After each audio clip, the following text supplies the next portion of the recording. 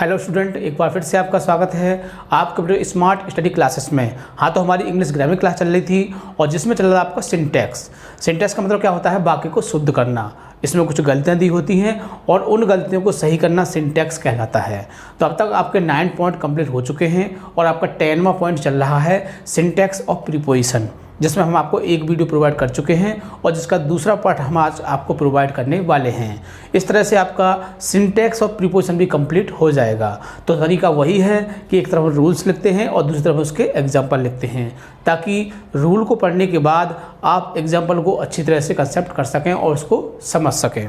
ठीक है, तो इस तरह से आपका 2 स्टेप क्लियर हो जाते हैं। तो फिर हम उनकी एक एक्सरसाइज कराते हैं और आपके 2 स्टेप क्लियर हो जाएंगे और फिर हम इसकी एक एक्सरसाइज आपको कराएंगे।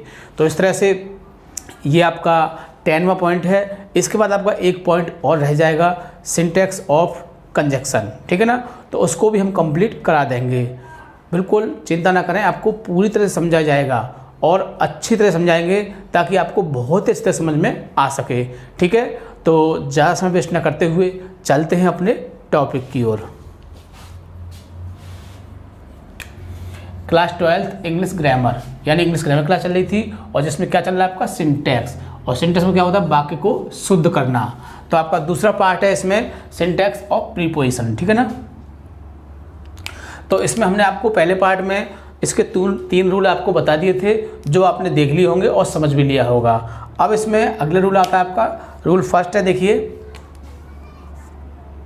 बिटवीन और अमंग। क्या है?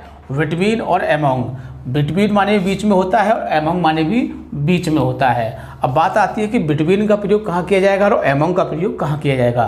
तो ये बात आपको अच्छी तरह से पता होनी चाहिए, तभी आप इसको कर सकते हैं।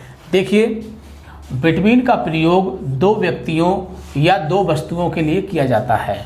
बिटवीन का प्रयोग कब करते हैं? 2 व्यक्तियों या फिर 2 वस्तुओं के लिए, जबकि अमंग का प्रयोग 2 से अधिक के लिए किया जाता है। अब आपके माइंड में एक बात बैठ गई होगी कि जब 2 व्यक्ति या फिर 2 वस्तु होंगी तो हम किसका प्रयोग करेंगे? बिटवीन का। और 2 से ज़्यादा होंगी तो इसका करेंगे अमंग का। तो देखो, यही गलती आपको उसमें देखने को मिलेगी। अब इस चीज़ को हम किससे क्लियर करेंगे? एग्जाम्पल से। देखिए, डिवाइड मीन्स बांट दीजिए, द मैंगोज माने आमों को। तो डिवाइड द मैंगोज, आमों को बांट दीजिए, अमंग माने बीच में। किसके बीच में? राम एंड मोहन। किसके बीच में बांट दो?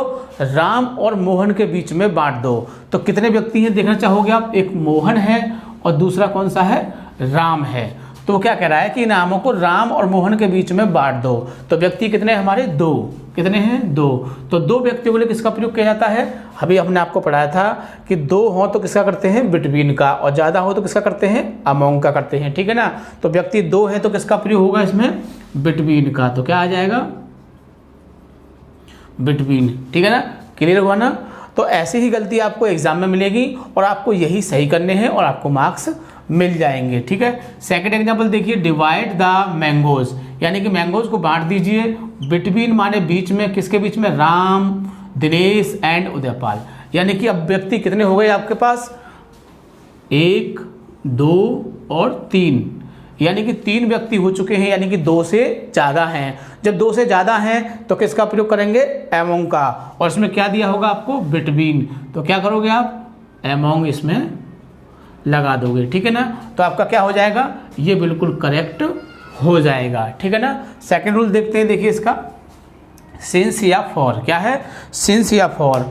तो हम आपको पहले बता चुके हैं कि निश्चित समय के लिए सिंस का प्रयोग करते हैं और अनिश्चित समय के लिए फॉर का प्रयोग करते हैं। अब बात आती है कि निश्चित कौन सा होता है और अनिश्चित कौन सा होता है। तो एक बार मैं फिर से आपको बता दूंगा कि निश्चित कौन सा होता है और अनिश्चित कौन सा होता है। तो पहले मैं आपको निश्चित बताऊंगा, जैसे कि सुबह, दोपहर, शाम। सुबह, दोपहर, शाम, बजे, दिन का नाम, महीने का नाम, आज, कल, परसों, अगला, पिछला। ठीक है ना, ये क्या होते हैं आपके? ये निश्चित होते हैं। क्या होते हैं? ये निश्चित समय होते हैं। तो इनके लिए क्या आएगा? सिंस आएगा। अब बात आती है कि अनिश्चित कौन से होते हैं। तो घंटा, मिनट, सेकंड। क्या है? घंटा, मिनट, सेकंड, दिन, महीना, साल, रात, आधी रात, सप्ताह। ये क्या होते हैं? ये आपके अनिश्चित होते हैं। तो निश्चित क्या आएगा? फॉर आएगा। तो दोनों बातें आपको याद रखनी है कि समय निश्चित है या फिर अनिश्चित है। ठीक है ना, तो इन शब्दों को आप अच्छी तरह से लिख लोगे और यदि आप इतना नहीं कर सकते हो तो आप एक को याद कर लीजिए, या तो आप निश्चित याद कर लीजिए या फिर अनिश्चित याद कर लीजिए। यदि आपको एक याद हो जाएगा तो जो उसमें से ना आए वो दूसरा होगा। जैसे कि मान लीजिए आपने याद कर लिए अनिश्चित, क्योंकि अनिश्चित कम होते हैं, ठीक है ना। जैसे घंटा, मिनट, दिन, महीना, साल, रात, आधी रात, सप्ताह, तो ये क्या है अनिश्चित। यदि इनसे अलग आएगा तो क्या होगा, निश्चित होगा, ठीक है। तो देखिए सिंस का प्रयोग निश्चित समय के लिए किया जाता है, जबकि फॉर का प्रयोग अनिश्चित समय के लिए किया जाता है। अभी हम आपको बता चुके थे कि निश्चित कौन सा होता है और अनिश्चित कौन सा होता है। देखिए she has been doing her work since 2 days, यानी कि वह कब से अपना कार्य कर रही है, 2 दिन से अपना कार्य कर रही है। तो ये 2 दिन कौन सा है, ये हमारा अनिश्चित समय है। क्या है ये, अनिश्चित समय हमारा 2 दिन। तो हम कह चुके हैं कि घंटा, मिनट, सेकंड, दिन, महीना, साल, रात, आधी रात, सप्ताह। तो घंटा आ गया और दिन आया, इसमें क्या है, दिन आ गया, तो क्या हो गया, अनिश्चित हो गया। और जब अनिश्चित है तो क्या आएगा इसके लिए, फिर फॉर का प्रयोग होगा, ना कि सिंस का, ठीक है। एक और एग्जाम्पल देख लेते हैं। I have been living in Aligarh, मैं अलीगढ़ में रह रहा हूँ। कब से रह रहा हूँ, फॉर 2010 यानी 2010, यानी कि 2010 से रह रहा हूँ। अब 2010 क्या है, ये हमारा एक सन है। क्या है, सन। तो देखो सन किस में आता है, मैं एक बार बोल दे रहा हूँ। देखिए सुबह, दोपहर, बजे, सन, दिन का नाम, महीने का नाम, आज, कल, परसों, अगला, पिछला, ठीक है ना। तो सन हमारा किस में आ रहा है, निश्चित में आता है। तो निश्चित में क्या लगाते हैं हम, सिंस का प्रयोग करते हैं। किसका प्रयोग करते हैं, सिंस का, ठीक है ना। तो जहाँ फॉर दिया हो वहाँ क्या लगा दोगे, सिंस लगा दोगे, ठीक है ना। तो अक्सर ऐसे एग्जाम्पल आ जाते हैं और उसमें मिस्टेक हो जाती है, लेकिन आप फिर भी इसको सही कर सकते हैं। किस तरीके से, एक तरीका बेस होता है कि यदि सिंस दिया हो तो फॉर लगा दो, फॉर दिया हो तो सिंस लगा दो, क्योंकि आपको करेक्शन तो करना ही है उसमें। सेम ऐसे ऊपर दिया हुआ आपका कि एमोंग दिया हो, अगर आपको याद नहीं है रूल तब के लिए है, ऐसे नहीं कि बिल्कुल करेक्ट सेंटेंस दिया है और फिर भी आप उसको गलत कर दो, ठीक है ना। तो एमोंग दिया है तो क्या लगा दोगे, उसमें बिटवीन लगा दोगे, और बिटवीन हो तो एमोंग लगा दोगे, लेकिन रूल के बेस पर, ठीक है ना। तो अगला रूल देखिए तीसरा, इन और विदिन। इन का प्रयोग कोई काम किसी समय के बाद किया जाता है तो हम किसका प्रयोग करते हैं, इन का प्रयोग करते हैं।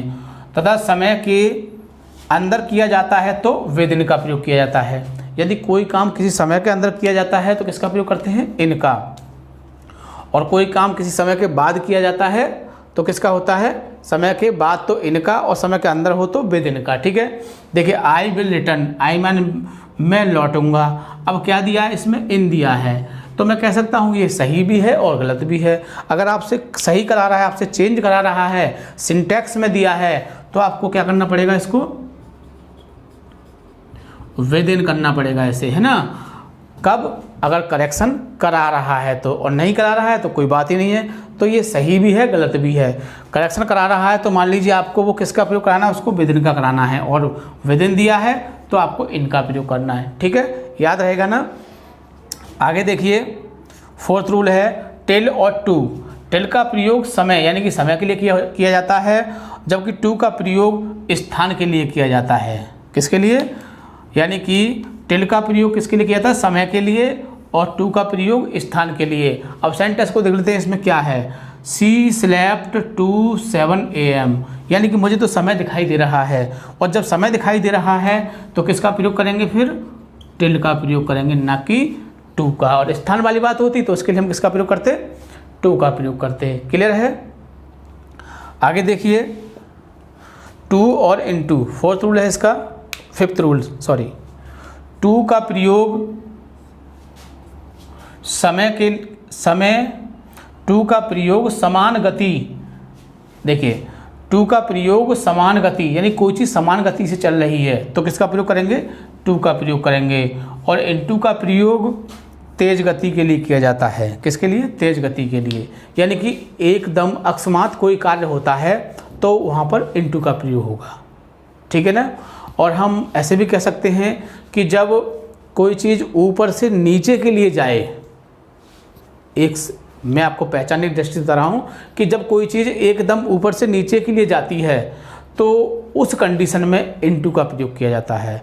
और जब कोई प्लेन चीज़ पे होता है, जो कुछ रोड पर हो रहा है या सड़क पर हो रहा है ना, या रास्ते पर हो रहा है, तो क्या होगा, उस समय टू का प्रयोग करते हैं। ठीक है, तो इस चीज़ को हम एग्जाम्पल से देख लेते हैं। ही वेंट इनटू स्कूल, यानी कि वह स्कूल गया। ही वेंट टू स्कूल, वह स्कूल गया। अब देखो इसमें इनटू दिया है, अब ऐसा तो है नहीं कि स्कूल के लिए उसे नीचे जाना पड़े, है नहीं, स्कूल लिए तो सामान सड़क पर चलेगा, तो इस कंडीशन में यहाँ पर किसका प्रयोग होगा, आपका टू का प्रयोग होगा। ठीक है ना। आगे एक और देख लेते हैं। ही जंप्ड, वह कूदा, इनटू द रिवर, किसमें कूदा, नदी में कूदा, तो ही जंप्ड टू द रिवर।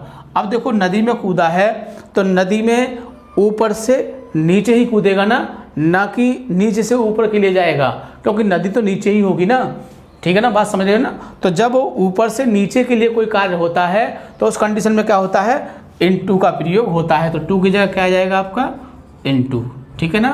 तो इस तरह से आप इस प्रीपोजिशन को बहुत ही आसानी से करेक्ट कर सकते हो यदि आपको रूल याद हों। तो रूल याद होंगे तो आप बहुत ही आसानी से इस स्टेप को पूरा कर सकते हो और इसे समझ सकते हो, और जो भी सेंटेंस है उन्हें बहुत ही आसानी से करेक्ट कर सकते हो। तो इसलिए आप रूल्स को बहुत ही अच्छी तरह से याद करोगे, क्योंकि रूल ही उसमें मेन कहानी है। ठीक है, तो जितने भी रूल हैं आप उन्हें बहुत अच्छी तरह से याद करोगे। और अब आपके 2 स्टेप पूरे हो चुके हैं। तो अगली वीडियो में फिर हम आपको मिलेंगे एक एक्सरसाइज के साथ, ताकि आप उसको समझ सकें, क्योंकि हम इसको पहले बता चुके हैं कि जब 2 स्टेप क्लियर हो जाते हैं तो हम फिर एक एक्सरसाइज कराते हैं। ठीक है ना।